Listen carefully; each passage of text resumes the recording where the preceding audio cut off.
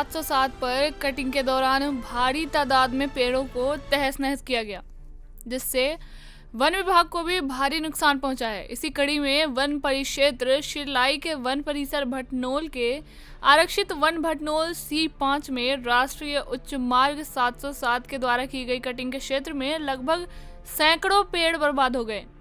वहीं आप उन किस जगह पर 900 पेड़ रोकने का कार्य वन विभाग ने शुरू कर दिया है। आइए जानते हैं पौधे लगाने से आखिर क्या फायदा है। वृक्ष लगाने का पहला और सबसे महत्वपूर्ण लाभ यह है कि वे कार्बन डाइऑक्साइड और श्वास ऑक्सीजन का आदान प्रदान करते हैं।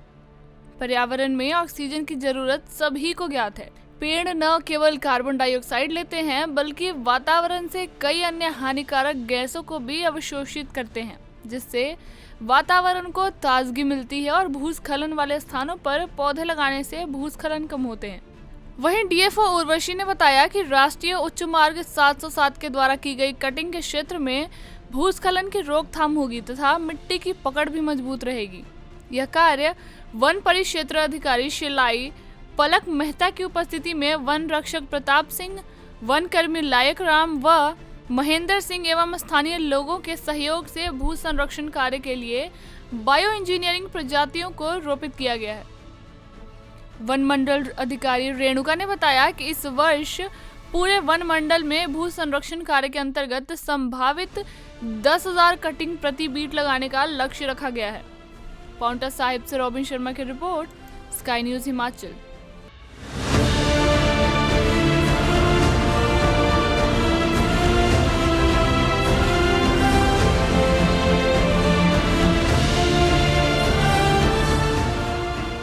नेशनल हाईवे 707 पर कटिंग के दौरान भारी तादाद में पेड़ों को तहस नहस किया गया, जिससे वन विभाग को भी भारी नुकसान पहुंचा है। इसी कड़ी में वन परिक्षेत्र शिलाई के वन परिसर भटनोल के आरक्षित वन भटनोल C5 में राष्ट्रीय उच्च मार्ग 707 के द्वारा की गई कटिंग के क्षेत्र में लगभग सैकड़ों पेड़ बर्बाद हो गए।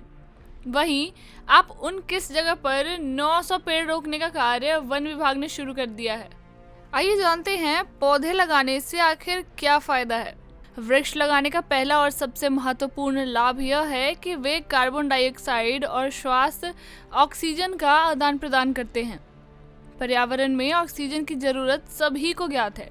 पेड़ न केवल कार्बन डाइऑक्साइड लेते हैं बल्कि वातावरण से कई अन्य हानिकारक गैसों को भी अवशोषित करते हैं, जिससे वातावरण को ताजगी मिलती है और भूस्खलन वाले स्थानों पर पौधे लगाने से भूस्खलन कम होते हैं। वहीं DFO उर्वशी ने बताया कि राष्ट्रीय उच्च मार्ग 707 के द्वारा की गई कटिंग के क्षेत्र में भूस्खलन की रोकथाम होगी तथा मिट्टी की पकड़ भी मजबूत रहेगी।